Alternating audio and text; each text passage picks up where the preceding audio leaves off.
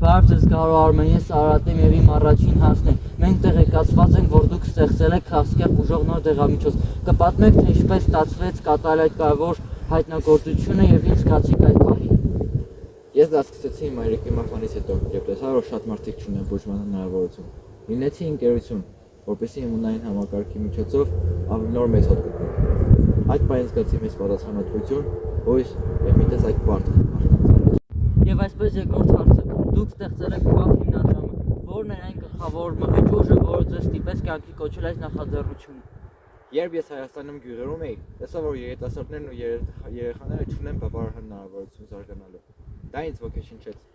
Ուզեցի ստեղծել մի կազմակերպություն, որը ամբողջականորեն կնպաստի կրթության, առողջապահության և համայնքային զարգացման ոլորտներում։